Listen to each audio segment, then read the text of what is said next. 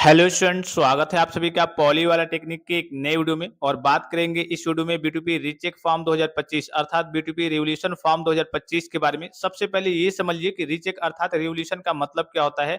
इसका मतलब ये होता है कि अगर आप अपने रिजल्ट से संतुष्ट नहीं है, आपको लगता है कि नहीं भाई साहब, मैं तो इस सब्जेक्ट में फेल हो ही नहीं सकता था, नहीं भाई साहब मेरी ईयर बैक लग ही नहीं सकती थी, नहीं भाई साहब मेरी बैक लग ही नहीं सकती थी, नहीं भाई साहब मुझे ग्रेस मार्क्स मिल ही नहीं सकता था, मैं तो इसमें कहिए कि पास हो सकता था अच्छे तरीके से क्योंकि मैंने अच्छी तरीके से लिखा था। अर्थात सीधे कहने का मतलब है, अगर आपको लगता है कि आपकी कॉपी गलत तरीके से चेक हुई है, आपको और अच्छे मार्क्स मिलने चाहिए थे, आपकी बैक नहीं लगनी चाहिए थी, तो इस केस में आप क्या कर सकते हैं, अपनी कॉपी को दोबारा जाँच करा सकते हैं, जिसे हम रिवोल्यूशन अर्थात रीचेक के नाम से जानते हैं। ये चीज़ आप समझ गए कि रीचेक क्या होता है?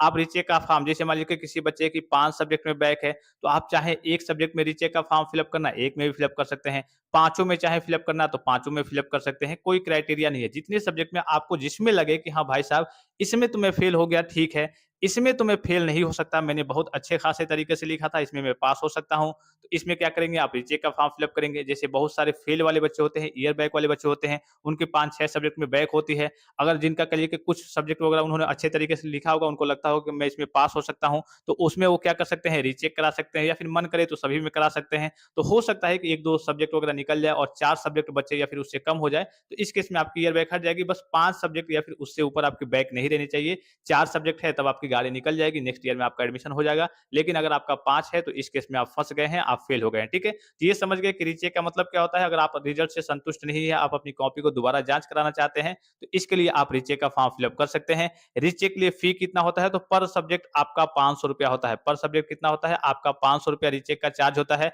अब इसके लिए अप्लाई कैसे होता है, तो पहले आपको क्या करना होता है, बी2पी की वेबसाइट से जाकर के आपको रिवोल्यूशन का लिंक देखने को मिलेगा, उस पे आपको क्लिक करना होता है। जैसे उस पे क्लिक करेंगे, आपको अपना enrolment number, date of birth की सहायता से वहाँ पे आपको लॉगिन करना होता है, ओपन करना होता है। तो सबसे पहला पॉइंट होता है आपको रजिस्ट्रेशन करना, ठीक है? सबसे पहले आप रजिस्ट्रेशन करेंगे, मैं आपको प्रोसेस वगैरह बताते रहूँगा, ठीक है?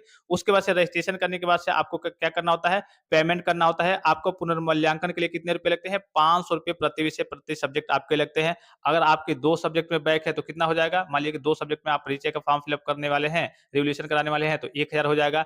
4 सब्जेक्ट का आपका 2000 हो जाएगा, 3 सब्जेक्ट का आपका 1500 हो जाएगा, 5 सब्जेक्ट का आपका 2500 हो जाएगा। ये आपको ऑनलाइन ही सारे काम करने होते हैं, ठीक है? तो ये हो गया आपका इसका फीस हो गया, ठीक है? दूसरा ऑप्शन फीस पेमेंट करना होता है। और फीस जैसे ही पेमेंट कर लेंगे, उसके बाद से उसकी रसीद को आपको क्या करना होता है, डाउनलोड करना होता है। और इस रसीद को डाउनलोड करने के बाद से आपको कॉलेज में सबमिट भी करना होता है, ठीक है? तो इसकी इस बार की डेट क्या है, ये आपकी पिछली बार की डेट है, ठीक है? तो इस बार लगभग-लगभग जैसे ही आपका रिजल्ट डिक्लेयर होता है, तो रिजल्ट के लगभग-लगभग 1 दिन, 2 दिन और 3 दिन के ही अंतराल में आपको हो सकता है आज ही देखने को मिल जाए जो आपके रीचेक की नोटिस है, हो सकता है कल देखने को मिले, हो सकता है परसों देखने को मिले। पिछली बार तो एक ही दिन में आ गया था, ठीक है? तो आपको कभी भी आजकल परसों में कभी भी आपको रीचेक की नोटिस देखने को मिल जाएगी कि हाँ, इस दिन से इस दिन तक आपको रीचेक का फॉर्म फिलअप करना है। तो जो भी बच्चे अपने रिजल्ट से संतुष्ट नहीं है, उनको लगता है कि नहीं भाई मेरी कॉपी गलत तरीके से चेक हुई है, मुझे और अच्छे मार्क्स मिलने चाहिए थे, या फिर कुछ बच्चे किस्मत आजमाना चाहते हैं कि भाई मेरी ईयर बैक लग गई है, बैक लग गई है, मैं रीचेक भर के देख ले रहा हूँ कि क्लियर हो जाए तो अच्छी बात है। तो हो सकता है कई सारे बच्चों का कभी-कभी क्लियर भी हो जाता है,